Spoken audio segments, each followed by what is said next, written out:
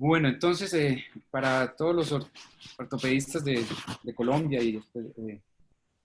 les presento al doctor Pablo Rosselli. Bueno, ya todos lo conocen, obviamente, pero nuevamente lo presento. Es ortopedista infantil de la Javeriana y del Instituto Roosevelt. Trabaja actualmente en la Fundación Cardioinfantil en Bogotá y es miembro de la Academia Nacional de Medicina en Colombia. El doctor Pablo Rosselli escribió un libro muy interesante, entre otros muchos artículos, que es el libro de la actividad física, el ejercicio y el deporte en los niños y adolescentes.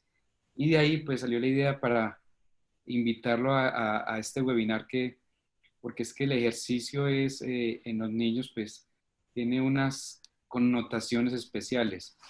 Y en esta época de COVID pues también tiene algunas variaciones.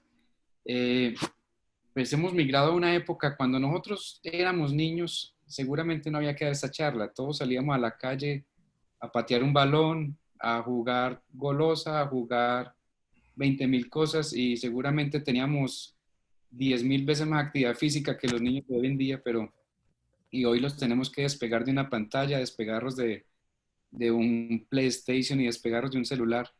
Y entonces me parece que esta charla tiene mucha relevancia en este momento, que necesitamos combatir la obesidad. La obesidad ha aumentado enormemente en Colombia, en el mundo, y prescribir el deporte en los niños es un tratamiento, es importante, y de ahí que queríamos traer esta charla. Entonces, los dejo, el público es suyo, doctor Rosselli. Adelante. Gracias, César. Muchas gracias a usted, al doctor Jorge Bocio, a la Sociedad Colombiana de Ortopedia Infantil por invitarme a dar una charla sobre este tema tan importante. Usted le acaba de mencionar, estamos viviendo unos tiempos muy difíciles en los que el sedentarismo es la norma. A mí me llama la atención que yo no he visto una sola charla en la Sociedad Colombiana de Ortopedia que trate este tema, que entre otras cosas no solamente está destinado a los ortopedistas, creo que en el auditorio hay personas de otras especialidades médicas, incluso padres de familia, que pueden sacar provecho de lo que les voy a contar a continuación. Es interesante anotar que cuando yo hice mis estudios médicos y en mi especialidad como ortopedia infantil, nunca recibí una clase de algunos tópicos que son especialmente importantes en el momento de tratar niños y adultos. Para empezar, creo que nunca recibí fundamentos básicos de nutrición, no sabemos cuáles son los requerimientos de proteínas, carbohidratos, grasas, de vitaminas, y tampoco, por supuesto, recibí información sobre la importancia del ejercicio y el deporte en la vida del ser humano y la importancia de prescribir actividad física y ejercicio. Quiero recalcar que la actividad física, el ejercicio y el deporte ha sido una actividad que ha acompañado al hombre a través de toda su historia. De hecho, se sabe de los aztecas y los mayas ya practicaban el deporte de la pelota. En el antiguo Egipto ya hay evidencia en las pirámides de Egipto de actividad deportiva y competitiva. Y en la antigua Grecia y en el Imperio Romano hacían mucho énfasis en la actividad física y en el famoso cuerpo sano y mente sana, que hacían parte del desarrollo integral, que cobró una importancia muy importante más adelante en el Renacimiento. Y por supuesto hay evidencia de los primeros gimnasios ya en la época victoriana. Importante anotar también que hay muchas publicaciones sobre actividad física y ejercicio, especialmente en adultos, y en los últimos años se ha hecho especial énfasis en la actividad física, el ejercicio en los niños por una razón, y ya lo mencionaba César en la introducción, y es que los problemas de sobrepeso y obesidad son de una magnitud sorprendente. Aquí tenemos un par de publicaciones de la Asociación Española de Pediatría, publicado en el 2010, y un libro muy interesante sobre medicina, el deporte y el ejercicio en los niños británico, publicado en el año 2017. Antes de empezar a hablar sobre el tema que nos compete de prescripción del ejercicio en niños, quiero destinar algunas palabras a hablar sobre otra pandemia que estamos viviendo, además de la pandemia del COVID-19, es la mayor epidemia de sedentarismo en la historia de la humanidad. Quiero resaltar que el ser humano fue diseñado para moverse. Antiguamente el hombre recolector y nómada gastaba hasta hace 100 años el 80% de las calorías de los alimentos en la actividad física, y hoy lamentablemente solo usamos el 5%. ¿Dónde se queda el resto? En sobrepeso, obesidad y naturalmente un cambio en la composición de la corporal que afecta notoriamente la salud del ser humano. César lo mencionó al principio, hace un par de décadas nuestras madres nos llevaban de la oreja para que entráramos de nuevo a casa del parque después de jugar muchas horas. Hoy pasa el fenómeno contrario, a los niños hay que sacarlos de sus tablets, de sus celulares, de sus computadores para que hagan algo de actividad física que se ha visto deteriorada en los últimos días de pandemia con serias repercusiones en la salud de los niños y de los adolescentes. He recibido algunos informes de colegas que nos hablan de trastornos del sueño, trastornos de la alimentación, enuresis en niños escolares, incluso intentos de suicidio en estos tiempos aciagos en los que el sedentarismo es la norma. Desde el punto de vista de salud pública, se sabe que en Colombia mueren 178.000 personas al año por problemas relacionados con la inactividad, la sobrealimentación y el tabaquismo. Estos tres elementos constituyen las 2/3 partes de las muertes.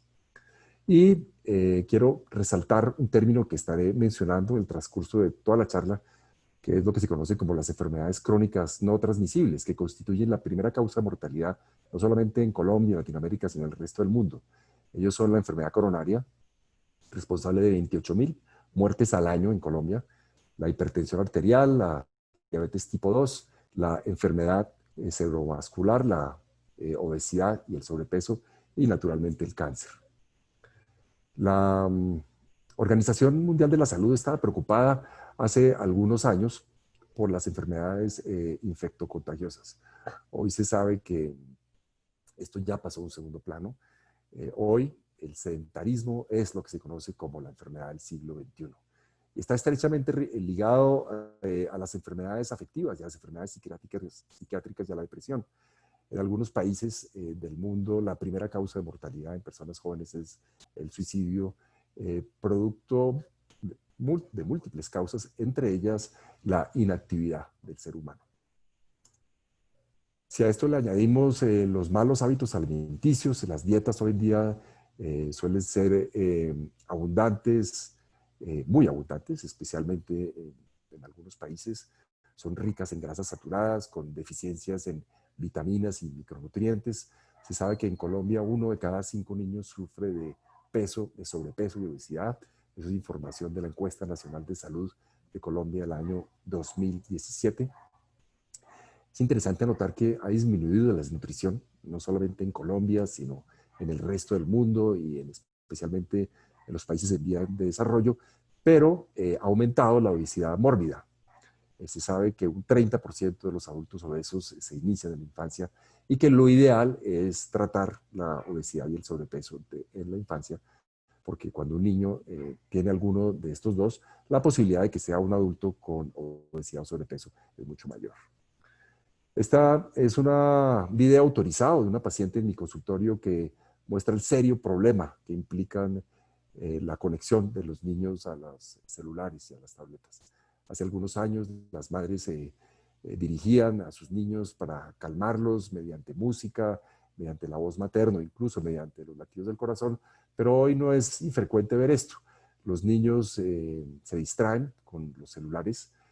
Ahí vemos unas estadísticas escalofriantes de la Encuesta Nacional de Salud del año 2015 en Colombia, y esto representa un problema serísimo desde el punto de vista de inactividad. Ustedes imaginan esta niña lactante, lo que va a ser el futuro de ella. Probablemente va a tener serios problemas de adicción y serios problemas de actividad en la vida, que le va a quedar muy difícil desconectarse de algo que fue instalado desde épocas tan tempranas de su vida. Interesante anotar, según también la Encuesta Nacional de Salud del año 2015, que los niños tardan más o menos 1 hora en movilizarse a sus estudios. Hoy probablemente es una estadística peor. Bogotá es una ciudad con serios problemas de movilidad, como ocurre en la mayor parte de las capitales del mundo y como ocurre en la mayor parte de las ciudades de Latinoamérica. Lamentablemente los niños y los adultos no caminan. Hoy la gente prefiere pedir domicilios. eh, la gente es inusual que la gente se dirija a su trabajo o a sus estudios en bicicleta. Hay un trabajo para tal fin de la Cámara del Comercio en Bogotá en línea 2009 por múltiples razones. Uno de ellos es la tendencia innata de la inactividad que va de generación en generación. La otra es el peligro inherente de gran parte de las ciudades y el temor de muchos a ser atropellados por otros vehículos. Es así como la inactividad tiene cierto costo. Este es un esquema que yo publiqué en mi libro que muestra cómo, desde el punto de vista económico, cómo afecta la inactividad y cómo afecta de generación en generación. Un niño físicamente inactivo tiene una alta probabilidad de ser obeso. Eso se traduce en ausentismo escolar. La baja forma física se asocia a bajo rendimiento, a menor ganancia en el trabajo, a un mayor costo en los servicios de salud. Esto es particularmente escalofriante en los Estados Unidos, por ejemplo, donde representa un rubro importantísimo desde el punto de vista de salud pública. Esto representa una semana de incapacidad por enfermedad y en últimas palabras más, palabra menos, se traduce en 5 años menos de vida y muertes prematuras.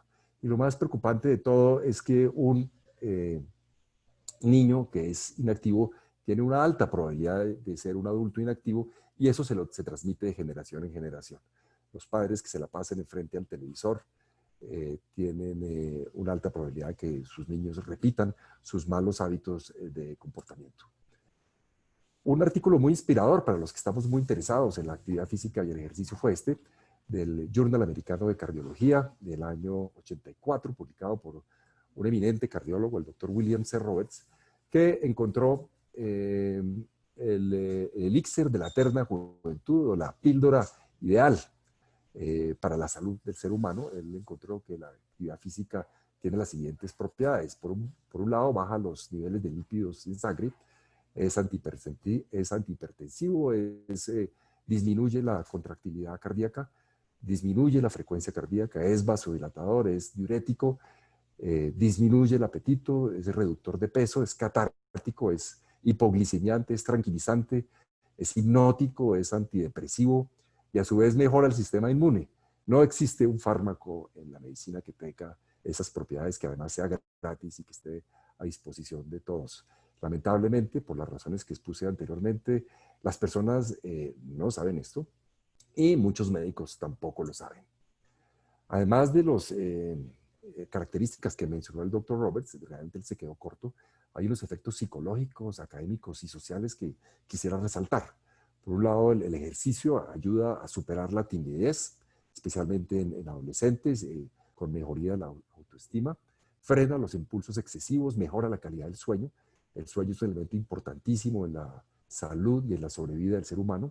Enriquece el lenguaje verbal y escrito y el desempeño escolar, como ya lo mostraremos en algunos artículos que voy a mostrar a continuación. Muy importante, crea hábitos, crea disciplina. Los hábitos se inculcan en los niños idealmente en los 6 primeros años de vida. También es importante que fomenta el trabajo grupal por encima del individualismo, les enseña a trabajar en equipo. Y otra cosa muy importante, a respetar las reglas, a ganar, a perder y a reconocer y a respetar que existe alguien siempre que lo hace mejor que uno y que incluso sabe más que uno. Ese es uno de los elementos importantes de la madurez humana. Cuando yo era residente de ortopedia me enseñaron que el músculo estaba diseñado para mover el esqueleto y para mover las articulaciones. Pues eso no es cierto. Recientes publicaciones de la última década han demostrado que el músculo tiene una función endocrina muy interesante. Una serie de sustancias conocidas como la interleuquina, especialmente la interleuquina 8, y la ericina, tiene una función en otros órganos del ser humano. Tal es el caso del cerebro, del corazón, del hígado, del páncreas, la grasa, los músculos y los pulmones. Me voy a tener algo en algunas de estas funciones. Por ejemplo, ¿qué función tienen estas mioquinas, que son producidas después de hacer ejercicio. Esto fue el resultado de unas investigaciones muy interesantes. Encontraron que las personas físicamente activas producen un sobrenadante proteico en el plasma que tiene los siguientes efectos. En el sistema nervioso central mejora la perfusión cerebral y la oxigenación cerebral. Produce la liberación de unas sustancias conocidas como las endorfinas que regulan el estado de ánimo y la respuesta a la saciedad. Eso hace que las personas que hacen ejercicio de manera regular mejoran sus hábitos alimentarios y un aumento progresivo del desempeño cognitivo, con evidencia en el adulto mayor. Es así como hay varios artículos que demuestran que la enfermedad de Alzheimer disminuye, o la probabilidad de tener Alzheimer en individuos físicamente activos comparados con los que no lo son. Desde el punto de vista cardiovascular tiene otros efectos verdaderamente sorprendentes. Mejoran el volumen latido, aumenta la resistencia vascular sistémica, aumenta la reserva cardíaca, disminuye de manera progresiva el consumo de oxígeno en respuesta al esfuerzo, distribuye la circulación endomiocárdica, disminuye la presión arterial con respecto a los valores antes de hacer actividad física y, repito, en resumen, prolonga la vida del ser humano en la medida en que disminuye el riesgo de arteriosclerosis coronaria. En el sistema óseo, el sistema respiratorio tiene unos efectos similares. Produce un aumento en la producción de la osteocalcina y la actividad del osteocito, que incrementa la reparación de los microtraumas repetitivos de la actividad física. Optimiza el balance de reparación de la resorción ósea con una consecuente disminución de osteoporosis. Los niños sedentarios hoy día, que además consumen bebidas colas y que además tienen hábitos inapropiados, con frecuencia tienen problemas de masa mineral ósea. Y muy importante, especialmente en el adulto mayor, mejora la propiocepción, la coordinación y disminuye la incidencia de las caídas. Es importante, el sistema respiratorio también tiene las ventajas que ustedes pueden apreciar en la diapositiva. Y quiero hacer énfasis en esta parte, que es la que nos compete a los ortopedistas. Se sabe que los niños y los adolescentes que hacen actividad física de manera regular mejoran su masa mineral ósea y disminuyen la probabilidad de tener fracturas no solamente en la infancia, en la juventud, sino también en la senectud. Es decir, una persona que haga actividad física tiene una menor probabilidad de tener una fractura de cadera, que tiene una altísima probabilidad de mortalidad. Entonces es una forma de pensar a largo plazo, de prevenir a largo plazo problemas de salud pública, por un lado, y es una forma, naturalmente, de prolongar de la vida de las personas mayores. Como les decía anteriormente, el ejercicio mejora el aprendizaje, mejora la concentración, mejora el desempeño psicosocial, la organización del tiempo, da disciplina, da responsabilidad. Hay varios artículos que así lo confirman. En la parte inferior tenemos un metaanálisis que hace un análisis muy interesante sobre lo que les acabo de mencionar. Hay algunos países del mundo en el que han aumentado el pensum de actividad física y en ejercicio en los escolares. Y han encontrado que los países que hacen más actividad física tienen mejores resultados en las pruebas de matemáticas y en las pruebas de idiomas. Es un error pensar que se debe sacrificar tiempo de actividad física y ejercicio por actividad académica con miras a mejorar la parte intelectual de los niños. De manera pues que la escolaridad moderna tiene la tendencia a aumentar las horas de actividad física y ejercicio, especialmente las horas de la mañana, para mejorar el rendimiento escolar y académico de sus estudiantes. Importante recalcar que el ejercicio es un ansiolítico muy poderoso, como lo mencionaba anteriormente. Es un antidepresivo. Hay varios artículos que muestran el efecto que tiene, muchas veces solo o en asociación con medicación antidepresiva.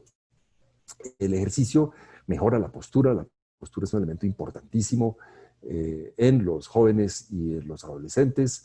Se sabe que las personas que hacen actividad física de manera regular mejoran las curvas espinales normales. La mejor manera de mejorar la postura de nuestros niños y nuestros adolescentes es motivarlos a hacer actividad física y ejercicio. Es inusual ver un deportista regular que tenga problemas de postura. ¿Y esto por qué es importante? Porque una de las primeras causas de limitaciones en el adulto es precisamente el dolor lumbar. Y hay una estrecha relación entre dolor lumbar y malas posturas.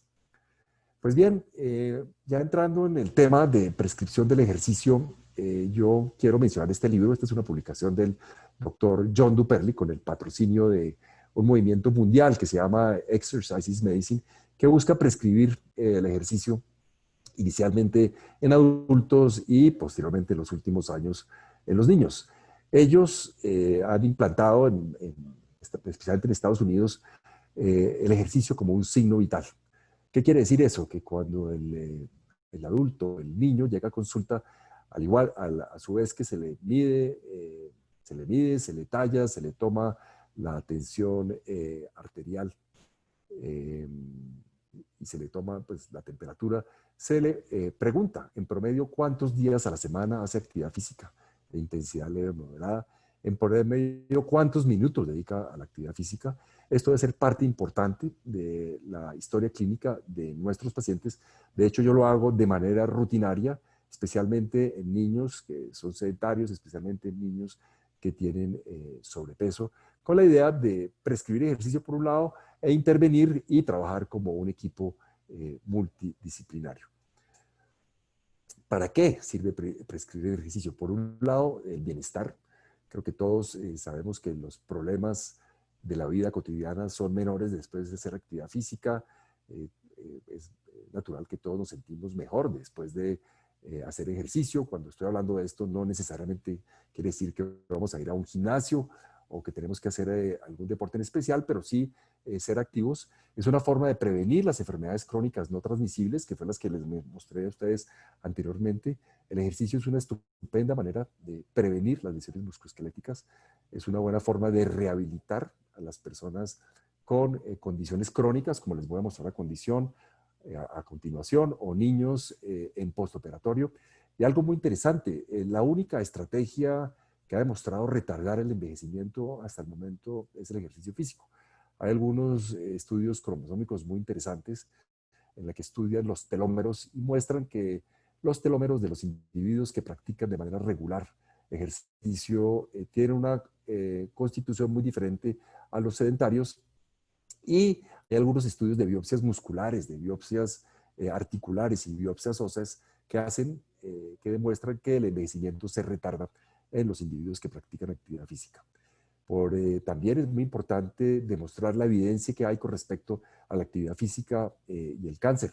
Hay varios artículos recientes que muestran que el ejercicio disminuye de manera dramática el riesgo de tener cáncer de colon, hasta en un 30%.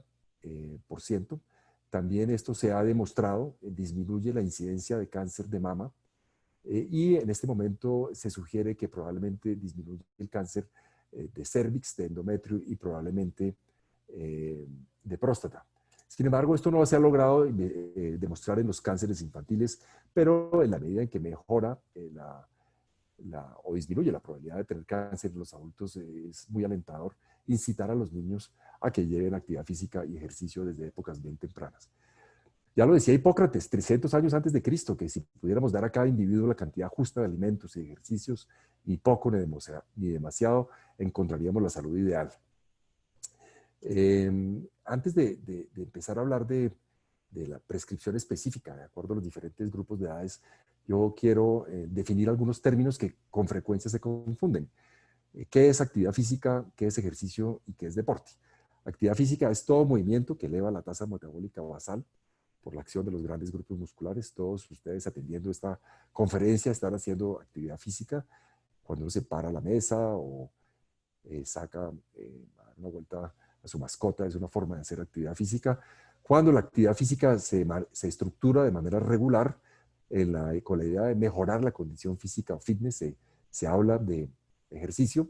De hecho, desde el punto de vista médico, probablemente es lo más benéfico es el ejercicio, que es lo que hacemos muchas veces en los fines de semana o en nuestro tiempo libre. Y ya cuando se habla de una actividad competitiva que sigue reglas y normas y tiene un componente competitivo, se habla de deporte. Decía Bertolt Brecht, el filósofo y escritor, que el ejercicio deja de ser bueno cuando se convierte en deporte, y ya les mostraré algunas de las razones por lo que esto es así. Vale la pena también definir qué es fitness o aptitud física. Es un grupo de habilidades que permiten a un individuo efectuar un esfuerzo físico y está constituido por 6 elementos, que son la capacidad aeróbica o la capacidad cardiorrespiratoria, la fuerza, la velocidad, la flexibilidad, la coordinación y el equilibrio. Siempre que pensamos en hacer actividad física, ejercicio, deporte, debemos tratar de pensar en mejorar algunas de los componentes de la actividad física o el fitness, y probablemente es más importante en ciertos momentos de la vida. Es así como la coordinación y el equilibrio es más importante en el adulto mayor por el riesgo de caídas, y vale la pena hacer un trabajo específico en ese grupo de edad. Cuando se habla de prescripción del ejercicio, pues muy brevemente yo les puedo decir que se habla de frecuencia en días a la semana. Lo ideal es que sea la mayor parte de los días de la semana, es decir, por lo menos 4 o 5 veces a la semana. Eh, eh, Muy importante hablar de intensidad. Esa intensidad puede ser una intensidad subjetiva, lo que para uno puede ser intenso, para Michael Phelps puede ser algo ligero. También se puede medir de manera objetiva, de acuerdo a los METs o de acuerdo a la frecuencia cardíaca. No me voy a detener en eso, digamos que este no es el objetivo de esta charla.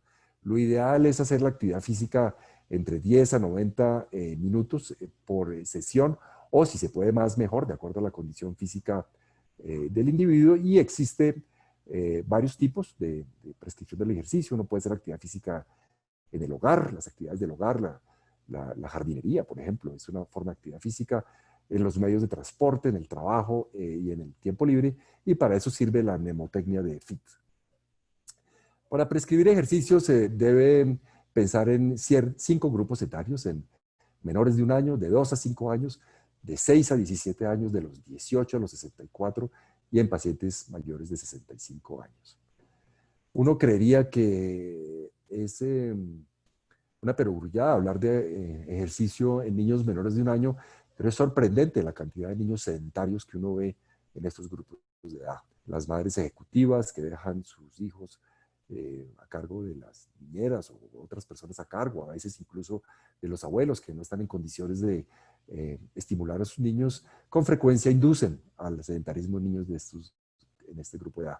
Es muy importante en esta edad motivar las actividades en el piso, estimular las actividades en prono, los rolos, el gateo es un elemento importantísimo en este grupo de edad. El gateo, desde el punto de vista de los neuropediatras, juega un papel importantísimo desde el punto de vista de las destrezas espaciales, visto en la óptica del ortopedista. Es muy importante en la medida que es una forma de hacer ejercicio en los niños en estos grupos de edades. Se debe desestimular el uso del caminador, que es una causa frecuente de accidentes, se inhibe el gateo, y por supuesto se debe desestimular el uso de las pantallas. Digo, un niño de esta edad, como les mostré en la diapositiva anterior, debe hacer uso de las pantallas hasta más adelante. Entre los 2 y los 5 años, la Organización Mundial de la Salud y las guías de actividad física coinciden en que el ejercicio debe ser ejercicio aeróbico, idealmente al aire libre, circunstancia muy difícil en estos momentos de pandemia. Debe ser de por lo menos 3 horas al día. Fíjense ustedes que esto va cambiando a medida que el ser humano va aumentando de edad. Se debe hacer especial énfasis en el juego. Los niños hoy ya no juegan. Es muy raro ver esos juegos que se heredaban de generación en generación, policías y ladrones, la rayuela o golosa, jugar a la lleva, correr, saltar, brincar. Y al contrario, vemos que los papás inscriben a los niños en escuelas de fútbol y tratan de especializarlos en un momento de la vida en que lo ideal es hacer juego, que entre otras cosas ayuda a mejorar todas las destrezas que les mencionaba anteriormente, que constituyen parte del fitness. Entre los 5 y los 17 años, las recomendaciones deben ser también actividad aeróbica, 1 hora al día. Fíjense ustedes que antes era 3 horas como mínimo. Y muy importante, empezar a trabajar en fuerza muscular de por lo menos 3 veces a la semana. Hay mitos y creencias de que los adolescentes no deben trabajar en gimnasios, que no deben hacer ejercicios con pesas y con bandas. Esto no es cierto. Hay una falsa creencia de que va a afectar su crecimiento, y al contrario, esto es fundamental en este grupo etario y es muy útil para mejorar la postura. Aquí también se debe trabajar en flexibilidad, coordinación, velocidad de reacción, y es una estupenda oportunidad para socializar, para hacer trabajo en equipo, para desarrollar algunos valores y el respeto. En la edad en la que estamos la mayoría de nosotros, las recomendaciones mínimas son de 150 minutos a la semana, eso se traduce en media hora, 5 veces a la semana, o actividad vigorosa, 75 minutos. Hay muchas formas objetivas y subjetivas de determinar qué es vigorosa y qué no lo es. Aquí se debe trabajar muy importante en fortalecimiento abdominales, en el dorso y en la espalda por la natural tendencia al dolor lumbar en esta época de la vida. Se debe trabajar en la musculatura de los brazos, en el core. Y muy importante, trabajar en flexibilidad, coordinación y equilibrio. Si uno quiere bajar de peso, debe tener algunos beneficios adicionales, debe aumentar las horas dedicadas al ejercicio. Esta es una foto de Mick Jagger de los Rolling Stones en su concierto en Bogotá, que es el ejemplo de un individuo que está por encima de los 70 años y está en una condición física óptima. Él es un ejemplo no solamente de cuerpo joven, sino también de mentalidad sana. Créanme que tiene que trabajarle mucho para mantener esa forma. En individuos mayores se deben tener más o menos las mismas frecuencias, la misma intensidad que mencioné el grupo etario anterior, con especial énfasis en balance, coordinación y el riesgo de caídas que tanta morbilidad y tanta mortalidad puede producir en este grupo de edad. Esta es una resonancia que muestra la diferencia del cuádriceps entre un individuo sedentario y un deportista de alto rendimiento, uno de 74 años y uno de 70 años, que muestran por qué la incidencia de osteoartritis de rodilla y de cadera es menor en individuos con una buena masa muscular. De la importancia de trabajar en fuerza muscular. Si a uno le fueran a preguntar en este grupo de edad qué es mejor trabajar, si fuerza muscular o la parte aeróbica o cardiorrespiratoria, naturalmente que ambas son muy importantes, probablemente yo elegiría la parte de fuerza muscular por las razones anteriormente descritas. Hablemos un poco de ciertas condiciones especiales. Nosotros como ortopedistas y como pediatras, con mucha frecuencia vemos con el síndrome más frecuente, es el síndrome de Down. Síndrome de Down, la expectativa de vida de los niños afectados ha mejorado muchísimo en los últimos años. Ellos usualmente son obesos, además son hiperlaxos, hipotónicos, tienen osteopenia, hipotiroidismo, suelen ser diabéticos y ellos más que nadie requieren prescripción juiciosa del ejercicio. Yo he tenido la fortuna de tener un grupo interdisciplinario con algunos médicos deportólogos y algunos pediatras y algunos papás motivados que me han ayudado especialmente en niños con síndrome de Down, cosa que mejora su calidad de vida y mejora desde luego su capacidad cognitiva que también a veces se ve afectada. Igual en algunas entidades como la parálisis cerebral, niños que tienen afectados el tono muscular, que tienen deficiencias de coordinación, balance, equilibrio, que tienen contracturas musculares y que tienen también problemas de masa mineral ósea, ellos digamos que es muy importante esta parte de la actividad física, como también lo es en pacientes con acondroplasia, uno de los temas en los cuales yo he estado muy interesado en trabajar. En los últimos años, estos niños tienen una cabeza grande en relación a su cuerpo, en ellos se va a hacer especial énfasis en el fortalecimiento de la cintura escapular, al igual que los niños con síndrome de Down suelen tener hipotonía, hiperlaxitud ligamentaria, a pesar de que su parte cognitiva es normal. Entonces es muy importante desde edades tempranas trabajar en fuerza muscular. Lo mismo se puede aplicar en otras cosas, como en los síndromes de hiperactividad, en niños con el espectro autista. Y la pregunta es, ¿qué tanto sirven estas recomendaciones cuando uno las da en el consultorio? Lamentablemente, en algunos pacientes, por supuesto que es muy útil, pero en muchos casos es más útil si se asocia a otras medidas como utilizar los medios de comunicación. Yo doy charlas en los colegios resaltando la importancia de la actividad física y el ejercicio en el desarrollo integral de los niños y por supuesto en las políticas medioambientales.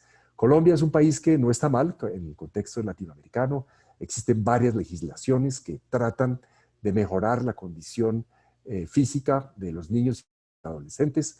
Quiero recordarles que Bogotá es una de las ciudades del mundo que más gente mueve en bicicleta. El ejemplo de la ciclovía los fines de semana es un excelente ejemplo de medicina preventiva que algunos han comparado incluso con las campañas antitabaquismo.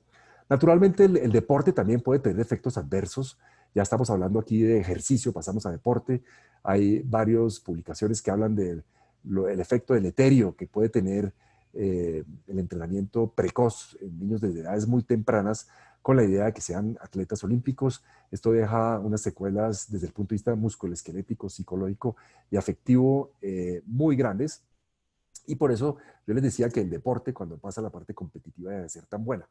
En el extremo izquierdo tengo un paciente mío que era sedentario, lo llevaron a una prestigiosa academia de tenis y 6 horas de tenis diario hizo que hiciera unas fracturas por estrés en el extremo proximal de la tibia.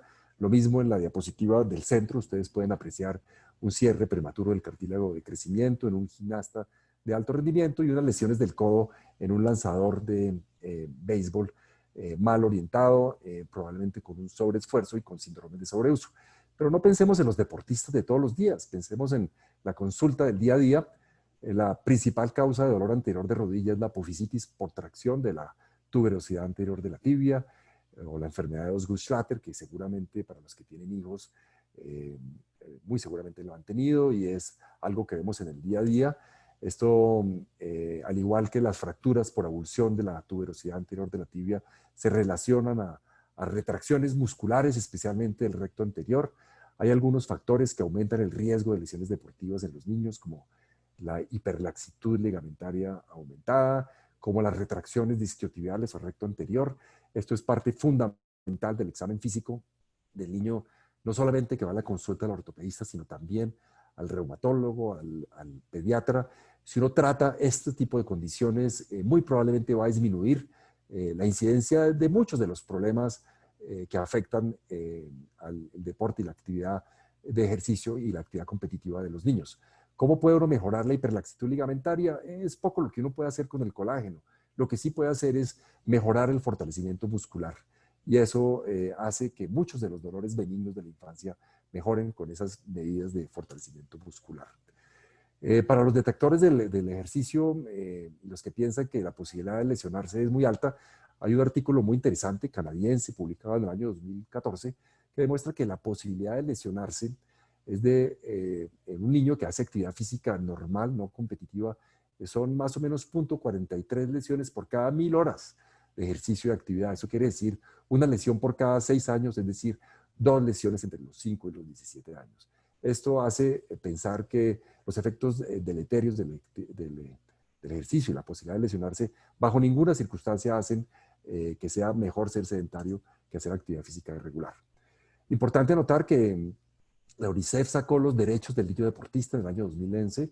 Dice que los niños tienen derecho a practicar deportes, a jugar y a divertirse, a disfrutar de un ambiente sano, a recibir un trato digno, a que el entrenamiento se adapte a su ritmo individual, el derecho a practicar deporte en condiciones de seguridad, el derecho a descansar. Uno ve a veces niños que todos los días de la semana están haciendo actividad, especialmente motivados por los padres que a veces quieren hacer que sus hijos sean los deportistas que ellos nunca fueron, el derecho a ganar, a perder, a no ser campeón, al derecho a competir con jóvenes con la misma probabilidad de éxito y naturalmente a ser entrenados por personas competentes. Lo que uno ve en las escuelas y en los colegios es que las personas más inexpertas son los encargados de entrenar a los niños más pequeños cuando debería ser al contrario. ¿Quién prescribe ejercicio? Pues en principio los especialistas en medicina del deporte. Lamentablemente son pocas las personas que acuden a los especialistas de medicina del deporte, a menos que sean deportistas de alto rendimiento. Los pediatras ocasionalmente prescriben actividad física y ejercicio, y los ortopedistas muy rara vez, por una razón, y es que poco sabemos al respecto. Yo hago énfasis en que es muy importante indagar por la actividad física del paciente y su entorno, hacer que el ejercicio sea un signo vital. Todos los pacientes que llegan a nuestra consulta, preguntarles qué tanto ejercicio hacen.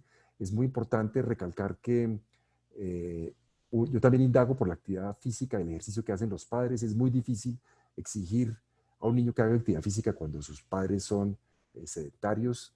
Es importante que todos sepamos hacer una prescripción básica, como que la que les mostré anteriormente, como las recomendaciones que hace las guías de actividad física en Estados Unidos o la Organización Mundial de la Salud.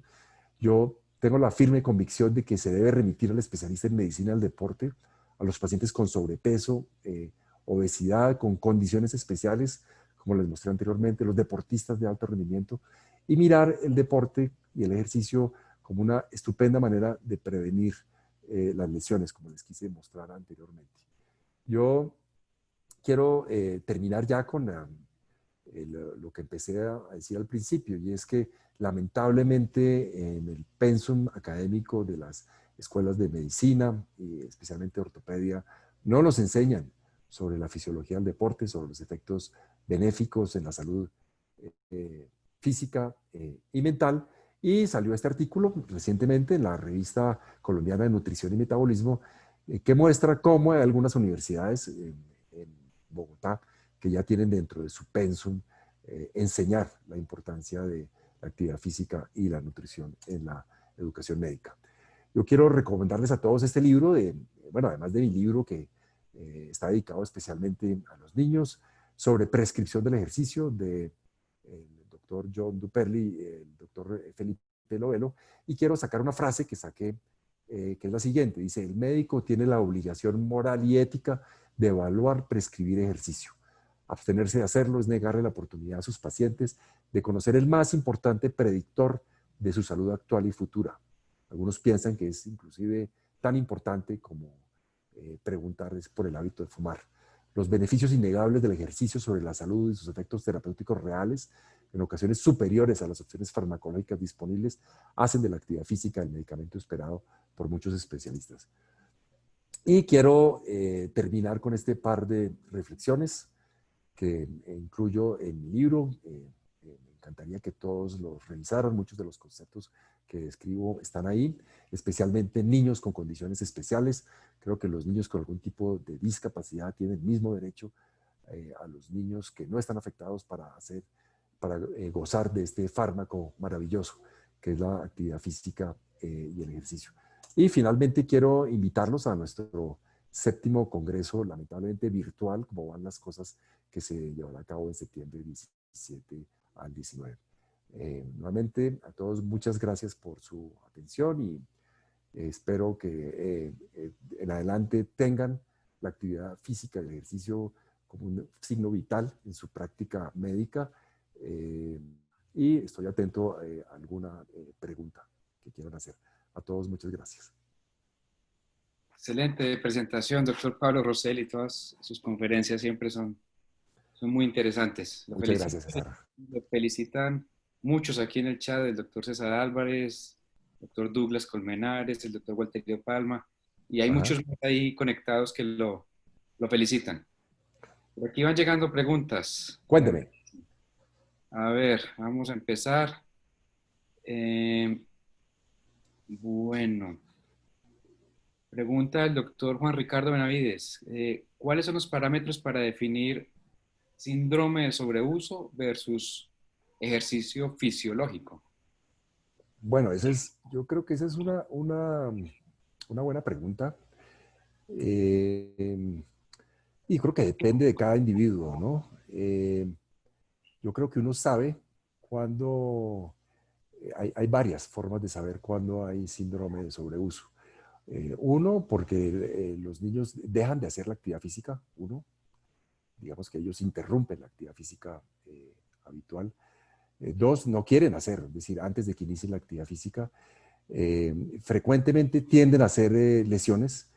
Digamos que uno sabe que un niño está en síndrome de sobreuso o fatiga cuando de manera repetitiva está haciendo, por ejemplo, lesiones del cartílago de crecimiento distal del peroné, en los adolescentes esguinces del colateral, los colaterales del tobillo. Yo creo que definir eso exactamente es difícil. Es fácil, digamos, si uno interroga a los padres y a veces uno ve que son niños que se salen de las normas de la Organización Mundial de la Salud. Son niños que no descansan, por ejemplo. Lo ideal es que tengan un día de descanso. Yo creo que hacen sobreuso cuando repiten la misma actividad. Por ejemplo, no sé, en Colombia dicen que existen 2 deportes, que son el fútbol y los demás, como si no existieran más deportes. Entonces, de ahí la importancia en no hacer especialización temprana. Yo creo que si los niños hacen muchas actividades, Por ejemplo, un niño futbolista que esté con dolor permanente en las rodillas, después de descartar naturalmente que utilice el calzado adecuado, que utilice que el césped sea apropiado, uno debe inducirlo a que cambien de actividad, por ejemplo, que practique otras cosas, ¿no? Entonces, respondiéndole al doctor Benavides, yo no creo que haya un punto especial, pero hay muchas cosas que lo inducen a uno a pensar que el niño está haciendo un síndrome de sobreuso. El doctor Juan Carlos Ocampo desde Chile nos pregunta, él habla de los dos extremos, el niño obeso y el otro niño del sobreentrenamiento, que los papás lo quieren meter a alto rendimiento. Entonces, ¿hasta cuándo? ¿Cuál es el límite para no tener ese sobreentrenamiento en la cantidad de ejercicio? Pues un límite es Sí, el monodeporte, ¿no es cierto? El sí, monodeporte hace que ese exceso sea, ese límite sea más pronto, ¿no? sí, yo creo que ese límite depende de cada uno. Digamos que no todo el mundo tiene las mismas condiciones, ¿no? Yo creo que, digamos, que dar una fórmula exacta de cuándo es un niño sobreentrenado, pues eso depende. Hay niños de constitución atlética que tienen una capacidad mucho mejor que otra. Eh, digamos, también ahí está muy importante el examen físico, por ejemplo, los trastornos rotacionales, creo que son bien importantes, la presencia de pie plano valgo, la presencia de hiperlaxitud. Yo respondería al doctor Ocampo algo parecido a lo que le dije al doctor Rodríguez. Yo no tengo una fórmula exacta. Yo creo que con el tiempo, para eso está la prescripción del deporte, para determinar a cada niño las condiciones, sus condiciones actuales, la disponibilidad que tiene. Digamos que no todo el mundo tiene disponibilidad de, no sé, de nadar, por ejemplo, que es un deporte que es tan gentil con las rodillas, ¿cierto? Entonces, yo creo que eso debe ser una prescripción individual. Yo cuando tengo ese caso del niño obeso, cuando tengo el caso del niño de alto rendimiento, yo creo que eso es una indicación de remitir al deportólogo. Yo creo que la mayor parte de los niños es el deportista común y corriente, o el niño que hace ejercicio común y corriente, pero en esas circunstancias creo que se debe hacer lo que se llama una valoración preparticipación, para mirar todos estos puntos, para saber cuándo, además esto debe ser progresivo, ¿no? Y saber de acuerdo a cada deporte, qué posibilidades tiene el niño, qué debe hacer, qué no debe hacer. Importante hablar sobre las fases del ejercicio, es muy importante. La gente, si hay alguien que necesita hacer estiramiento, son los niños, y si hay alguien que nunca estira, son los niños. Digamos que el estiramiento es un elemento fundamental y es una forma de evitar lesiones. Entonces, yo no quisiera dar una fórmula exacta de cómo proceder en un deportista de alto rendimiento, cómo poder proceder en un niño de sobrepeso, porque creo que cada caso debe ser individual, basados en muchísimas cosas del examen físico, de las características del deporte que están y las características del deporte que están practicando. La doctora Cecilia Smith, en acondroplasia, ¿es aconsejable la natación? Sí, mire, yo, como les dije en mi charla, la condroplasia es una de las cosas en las que yo más he trabajado como ortopedista infantil. Los niños con acondroplasia suelen tener una estrechez del agujero magno. Entonces, todos deben tener una resonancia magnética para empezar. Deben evitarse todos los deportes que impliquen flexión de la columna cervical. Lo posible un niño acondroplásico no debería cabecear un balón, por ejemplo. Hay varios artículos que hablan de muerte súbita en pacientes con acondroplasia con solo frenar en un automóvil, porque suelen tener inestabilidad atlantoaxial, suelen tener estrechez del agujero magno. Entonces, el deporte ideal para un paciente con acondroplasia es precisamente la natación, fortalecimiento de la cintura escapular, pero digamos que casi ningún deporte solo es el deporte ideal. Debe ir asociado con ejercicios de fortalecimiento muscular, por lo que ellos son hipotónicos y por lo que son hiperlaxos. Pero sí, yo creo que yo quiero recalcar, la natación es una maravilla, entre otras cosas, porque una de las primeras causas de mortalidad infantil es la muerte por ahogamiento en piscina. Y las estadísticas muestran que la mayoría de las veces son niños que no saben nadar. Entonces yo creo que si uno va a empezar una actividad física y tiene la disponibilidad de nadar, porque las piscinas no siempre se consiguen por lo menos en Bogotá, no es fácil conseguir las piscinas, es el deporte ideal. Ok, tenemos bastantes preguntas. Vamos a ver cómo podemos ir resumiendo. Eh, Os- Osgood y enfermedades severas. Son enfermedades Sí. por sobreuso. No necesariamente. Yo pienso que uno ve niños con una actividad física entre leve y moderada que tienen Osgood-Schlatter. Yo creo que aquí tiene mucho que ver las retracciones musculares. Yo creo que es una constante en casi todos los niños, la retracción del recto anterior, la retracción de la fascia plantar. Entonces, yo no creo que sea necesariamente una enfermedad de sobreuso. Ok. Creo que eh, es, es frecuente en muchos niños que no son deportistas de alto rendimiento y que donde juega un papel importantísimo lo que yo les mencionaba, el estiramiento que es tan inusual en los niños. Les aburre. Los niños no tienen tiempo para estirar, ellos prefieren la actividad explosiva, rápida.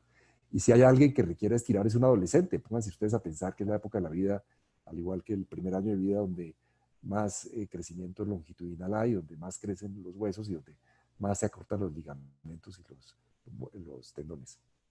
Ok. El doctor Patiño, dosis de ejercicio en relación a la modulación inmunológica. Así me corcha, no sé. Sí. No sé a qué se refiere con modulación inmunológica, no. Estimular la parte inmunológica. Claro, sí, bueno, la dosis. Entonces, yo quiero recalcar que hay varios estudios interesantes que muestran cómo la actividad de los polimorfonucleares y el sistema inmune se fortalece en personas que hacen ejercicio. Uno lo nota cuando hace ejercicio, sencillamente le da menos gripa, ¿no?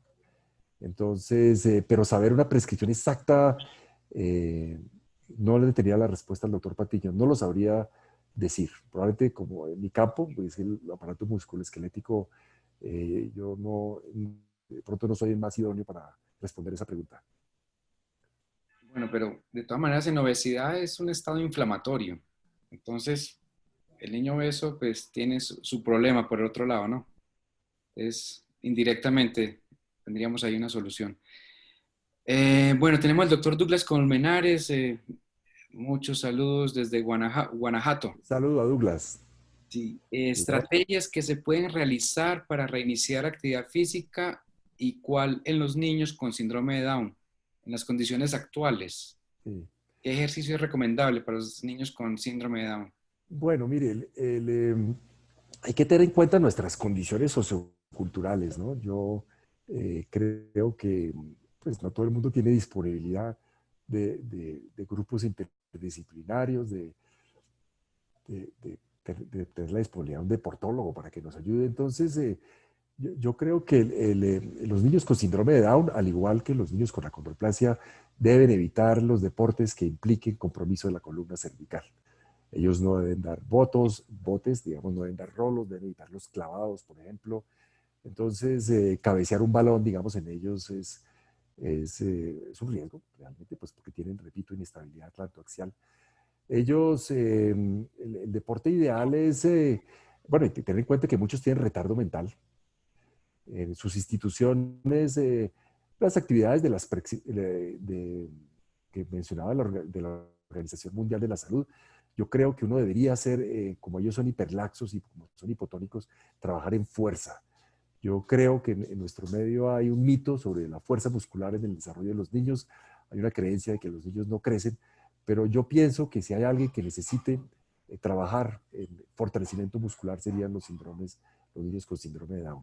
Yo en ello recomendaría el juego. Yo creo que el juego es una estupenda. El juego se ha olvidado. Los niños necesitan jugar.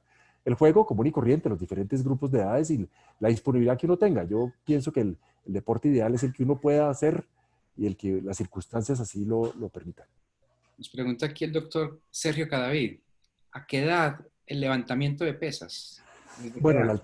la alterofilia no se recomienda en la niñez. Digamos que hay los, yo pienso que cuando haya cierre fisiario, yo pienso que los niños deben hacer pesas, pueden hacer mancuernas, nada que comprometa el esqueleto axial, digámoslo así. Yo creo que la alterofilia como tal debe empezar después de que haya cierre fisiario, pero eso no quiere decir que puedan trabajar con pesas y con mancuernas.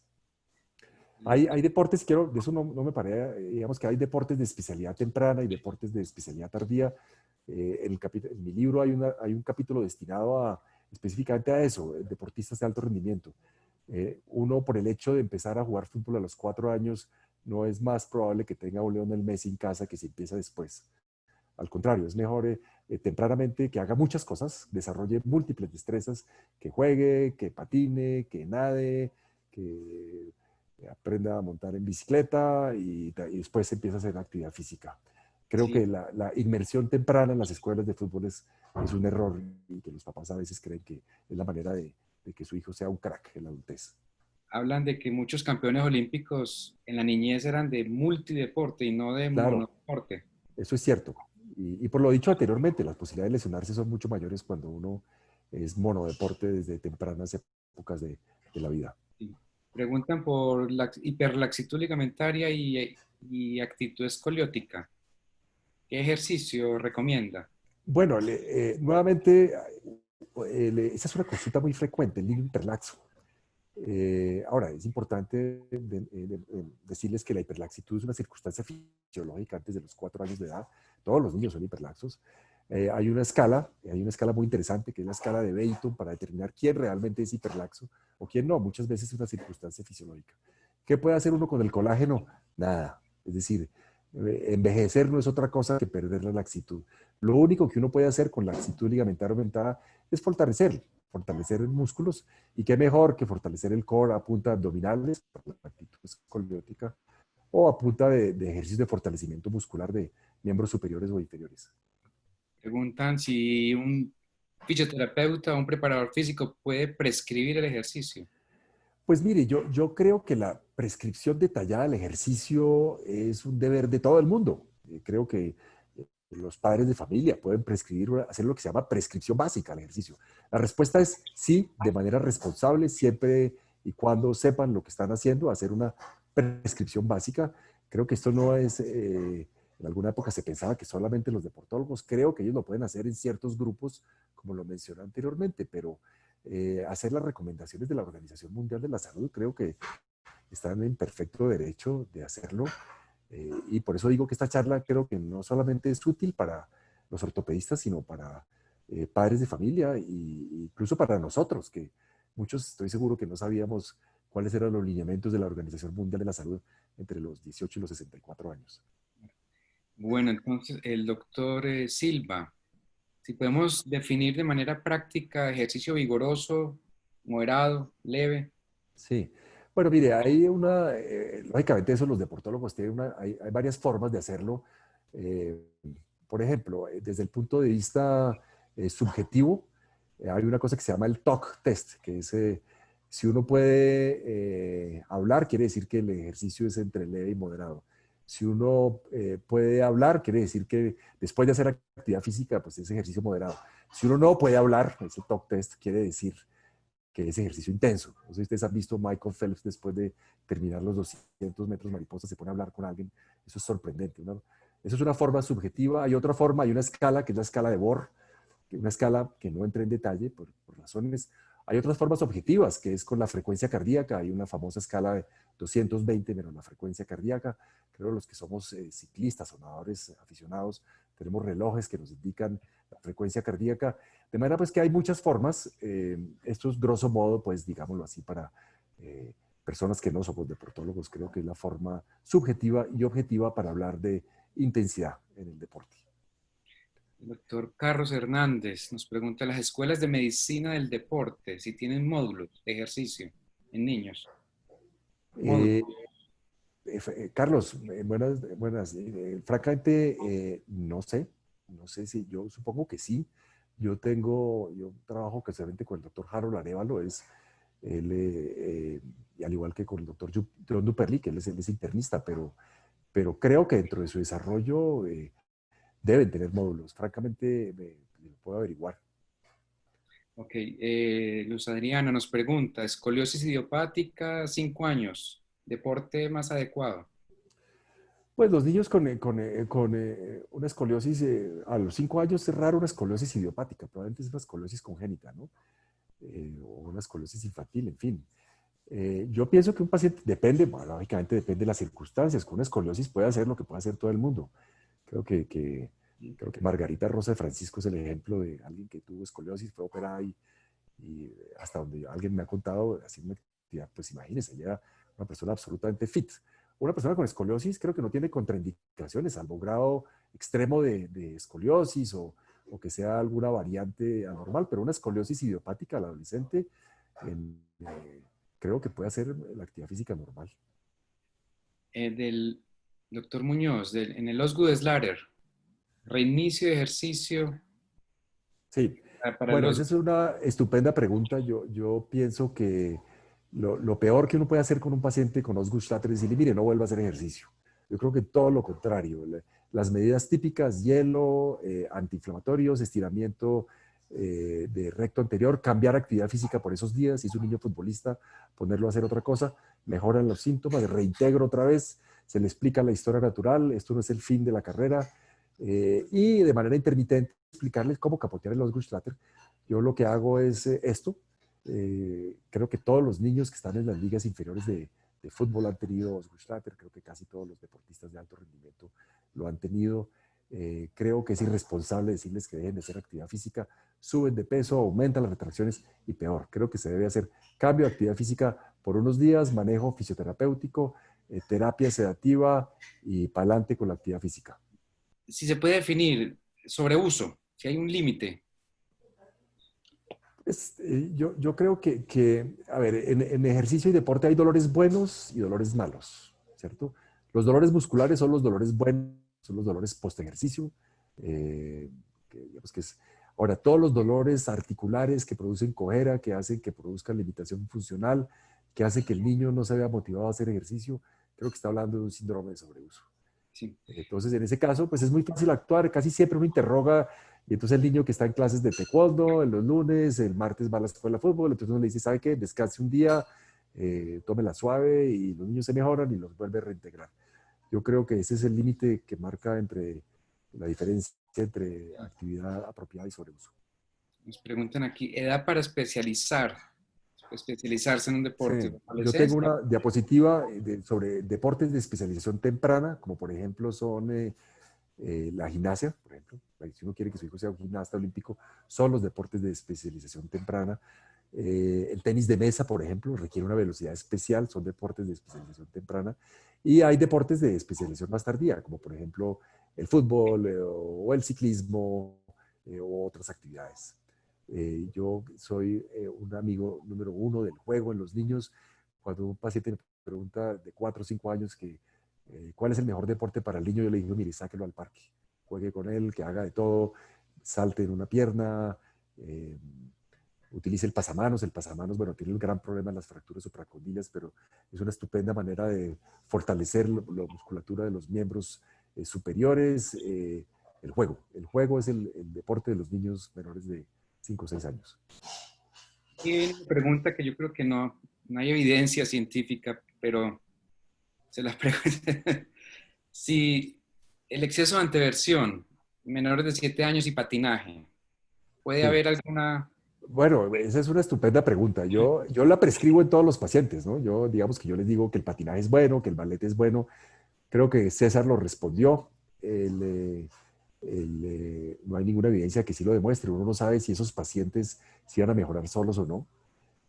Yo, si usted me pregunta personalmente, a pesar de que no tengo evidencia, yo pienso que puede ser útil. Las niñas, especialmente a medida que llegan a la adolescencia, se preocupan por la parte estética de su marcha. Entonces, yo personalmente prescribo el patinaje. Las trastornos rotacionales muy interesantes, por ejemplo, la torsión tibial externa es estupenda para nadadores de estilo pecho, por ejemplo. Los nadadores de natación, la patada de pecho en natación es, digamos que el paciente con torsión tibial externa es el paciente preciso, tiene una predisposición para eso. Casi siempre los trastornos rotacionales de los pies hacia afuera, como por ejemplo la retroversión femoral o la torsión tibial externa, son contraproducentes para la actividad deportiva. Pero yo creo que un paciente con una anteversión femoral aumentada, lo normal puede hacer actividad física normal. Pero es una excelente pregunta. Yo lo prescribo. Muy bien. La fase de calentamiento, ¿cómo la dosifica? Es muy importante Eh, para prevenir lesiones. sí, claro, claro. La fase de calentamiento, usualmente, digamos, eso está muy claramente determinado en el libro de prescripción del ejercicio. lo que busca, como su nombre lo dice, es subir la temperatura corporal, aumentar la frecuencia cardíaca. Yo creo que unos 5 a 10 minutos los niños no pueden calentar más de eso. Sí. Entonces, digamos que decirle que haga una fase de calentamiento, ¿cierto? Ahí está la eterna pregunta si los estiramientos se deben hacer antes o después.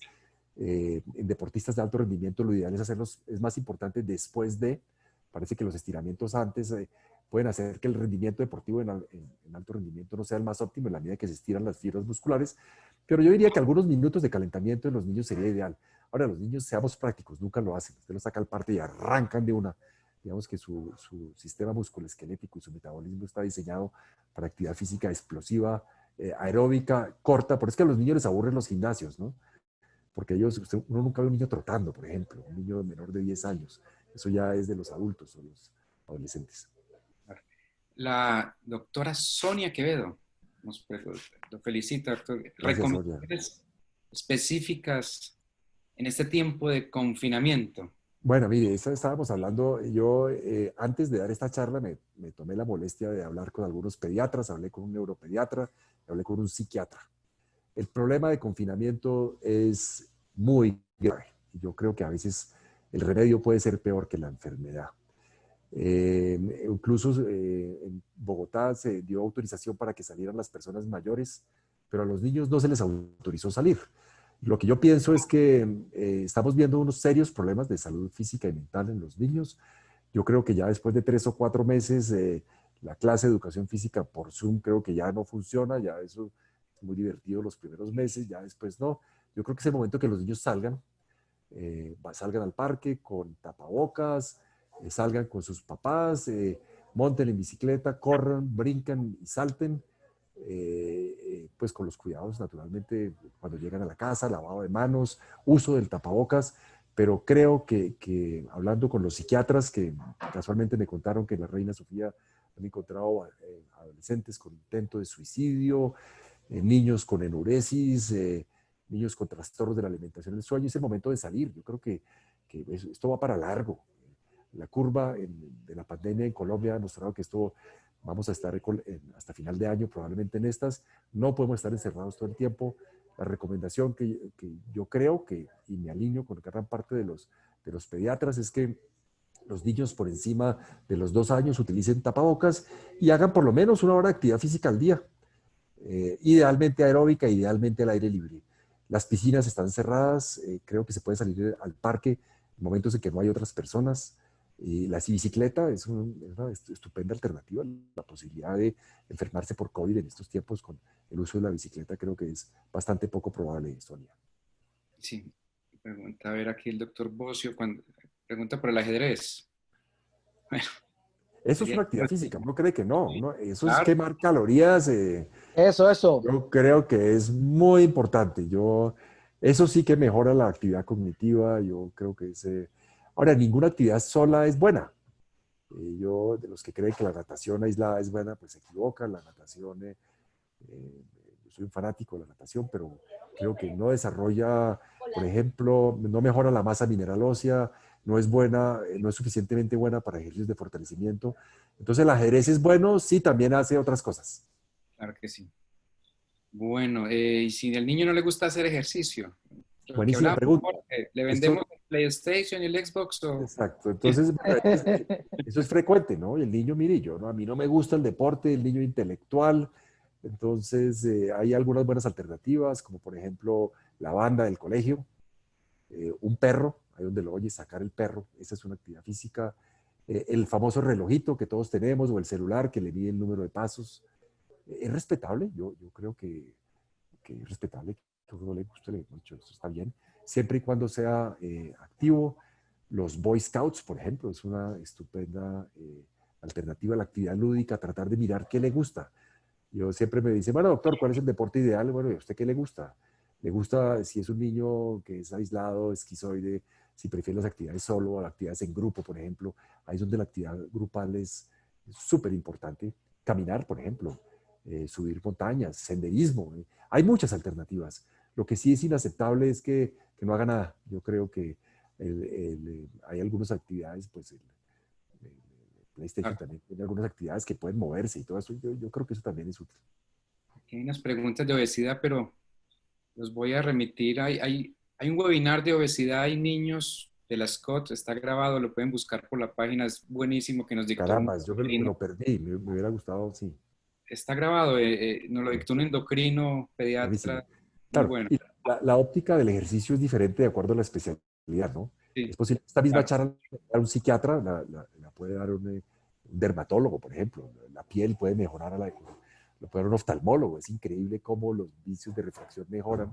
Pues, la puede dar cualquier especialista y por eso yo creo que cualquiera está autorizado a hacer prescripción básica del ejercicio. Muy interesante ver el punto de vista de un endocrinólogo. Naturalmente, la obesidad y el sobrepeso es un problema serísimo. Especialmente pues en Estados Unidos, en México y en España, ¿no? Listo. Bueno, de los Good ya la respondimos. Eh, bueno, eh, ¿desde qué edad alto rendimiento? Bueno, ya lo respondimos, depende del deporte, ¿no es cierto? Sí. Eh, ¿A qué edad recomienda iniciar actividad deportiva competitiva? El doctor Norberto Lambert. Mire, yo Es sí, competitiva, sí, la parte que es competitiva, sí, mire, por ejemplo, lo ideal cuando los niños están en una escuela de fútbol o una escuela de básquet en menores de 10 años es que no haya un ganador y un perdedor, que jueguen por el solo hecho de hacer actividad física. Yo eh, pienso que uno debe empezar la actividad competitiva idealmente, repito, naturalmente depende del deporte, yo creo que ya lo mencionamos anteriormente, pero idealmente después de los 12 años, yo pienso que, les doy un ejemplo, en el colegio de mis hijos algunos padres se quejaban de que siempre perdíamos. Es un colegio pequeño, entonces todos los niños, el niño que estaba en el equipo de fútbol estaba en el equipo de básquet y estaba en el equipo de voleibol, pero eso no importa, porque es que uno debe mirar el ejercicio como algo benéfico para la salud y no como algo para el ego de los padres. A veces uno ve unas garroteras de los padres, esa diapositiva no la mostré, yo tengo una diapositiva que muestra las riñas que se producen los padres porque ganar o perder, y eso es terrible en un niño.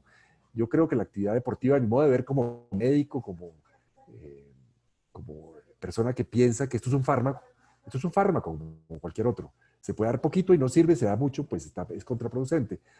La medida justa, a mi modo de ver, a mí no me interesa que mis hijos menores de 12 años ganen o pierdan. Naturalmente depende de la actividad física. Pienso que después, en la medida que uno va madurando y se da cuenta que la vida es una competencia, creo que es el momento de empezar a contar quién gana y quién pierde. Pero creo que en los 10 primeros años de vida, a mi modo de ver, desde el punto de vista de un ortopedista que conoce el esqueleto inmaduro y que conoce la psiquis, porque también soy padre de familia y que trato de inculcar el deporte en mis hijos, pienso que el deporte competitivo, como lo decía Bertolt Brecht, el ejercicio deja de ser bueno cuando se vuelve un deporte. claro. Horas semanales de ejercicio, creo que ya Creo lo que ya se dijo ahí, ¿no? Depende del grupo de edad, todos los días, idealmente todos los días, depende, eso que yo mencioné es lo mínimo, ¿no? Si se puede más, pues muchísimo mejor, ¿no? Digamos que sí, aquí naturalmente un endocrinólogo puede hablar de los efectos metabólicos sobre el hígado graso, sobre el metabolismo de la glucosa, pues que son absolutamente sorprendentes, sobre el crecimiento, es algo que no mencioné. Se sabe que los niños con sobrepeso, el potencial de crecimiento genético que tienen es menor. Entonces, si uno prescribe actividad física y ejercicio en un niño con sobrepeso, va a ser más alto, no porque el baloncesto lo vuelva a uno más alto, sino que el sobrepeso hace que la maduración esquelética sea más rápida. Entonces, una buena forma de hacer que nuestros hijos crezcan es inducirlos a la actividad física y al ejercicio. sí, tal cual. El doctor Gilberto Herrera, excelente tema.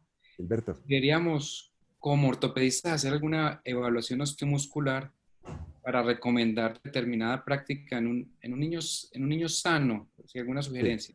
Bueno, entonces le voy a responder. Esa es una estupenda pregunta. Hay unas cosas que se llaman los cuestionarios preparticipativos. Eh, Lógicamente, lo ideal es que un niño vaya donde el pediatra. ¿Por qué? Porque si el niño, por ejemplo, tiene un soplo, tiene una alteración cardíaca congénita, que naturalmente el ortopedista no va a notarlo, digamos, puede ser causa de muerte súbita. Entonces, digamos que lo ideal es que el niño vaya a un pediatra.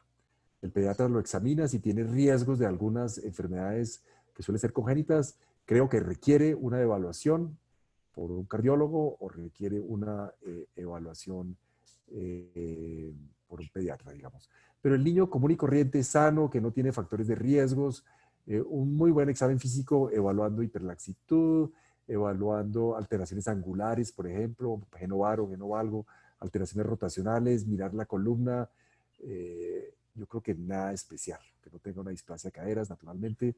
Ese niño sano, sin antecedentes, que no está en actividad deportiva de alto rendimiento, creo que una valoración clínica es suficiente. Ahora, si el niño es deportista de alto rendimiento y tiene antecedentes, creo que es el momento de valoración por un deportólogo, una valoración un poco más precisa. Hay casos, repito, de muerte súbita en niños, no entré por razones de limitación de tiempo, eso está contemplado en el libro también, de los niños que requieren valoración especial por sus factores de riesgo o por su actividad deportiva de alto rendimiento. Listo.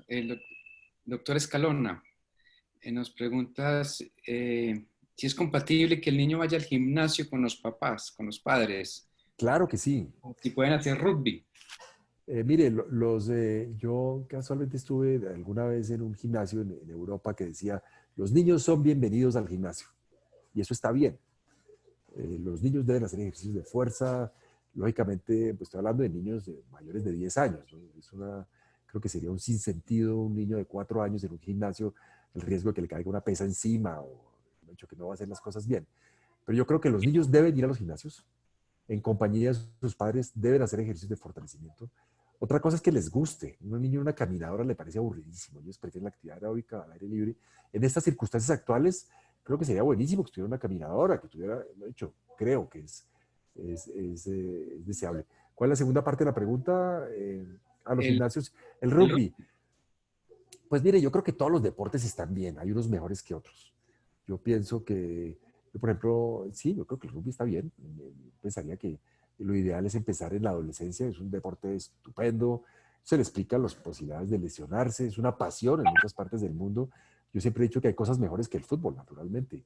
Pero es el deporte que practicamos. Yo creo que en algunos países yo creo que está bienvenido.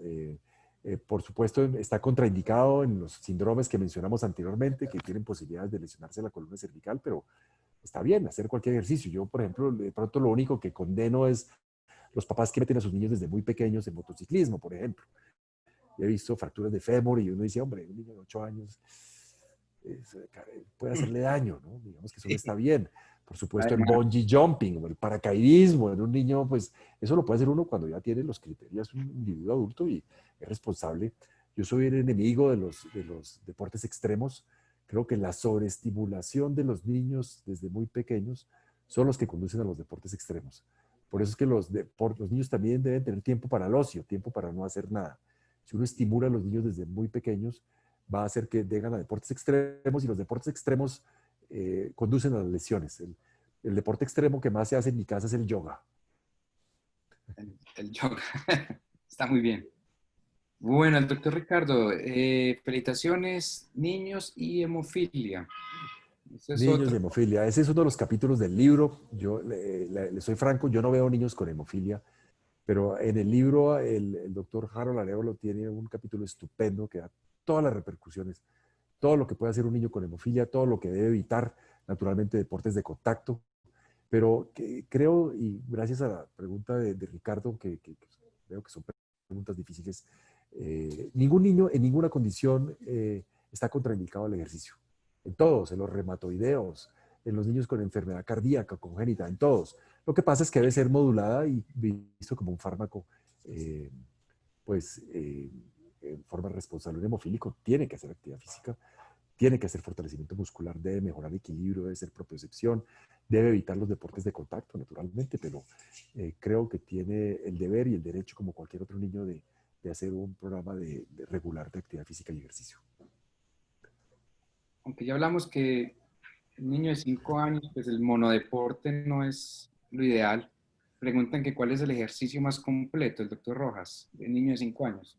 Ok, mire, yo pienso que, bueno, vuelvo y repito, el juego es el deporte más completo. Yo pienso que la edad ideal o sea, si yo fuera a empezar una actividad física en un niño y tiene la opción, creo que la natación es un excelente deporte, por lo que mencionamos anteriormente. Los niños es un salvavidas, es un seguro de vida, por un lado. Les da seguridad. eh, la natación tiene la posibilidad de lesionarse, es bajísima. Si usted me pregunta el deporte ideal, me parece que entre los 5 y los 6 años de edad, después del juego, probablemente yo empezaría con la natación. Esa es la óptica de un ortopedista que además es nadador. Es la época ideal para aprender a montar en bicicleta. Yo empezaría a hacer actividad física, el fútbol un poquitico después. Aunque hay que ver qué es lo que hay, ¿no? Si uno no tiene disponibilidad de una piscina, pues entonces creo que, repito, el ejercicio es como el vino y es el que le gusta a uno y el que hay de disponibilidad. Hay unos mejores que otros, pero más que deporte es actividad y ejercicio. Sí, preguntan por el golf. Buenísimo, también es estupendo deporte. Uno cree que no, que pues, está Pero como, demostradísimo. Sí, yo no soy golfista, a mí sí, ¿Cómo? como alto rendimiento. Buenísimo. Cantidad. De hecho, esa es una buena pregunta. Yo no soy golfista y pienso que los golfistas, de hecho, me consultan con mucha frecuencia. Los golfistas tienen que hacer mucho fortalecimiento muscular, tienen que tener un core estupendo para el swing, tienen que tener una muy buena flexibilidad, tienen que tener una muy buena postura.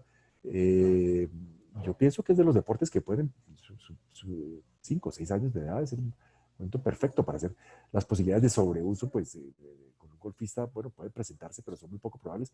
Creo que es un estupendo deporte, ¿cierto?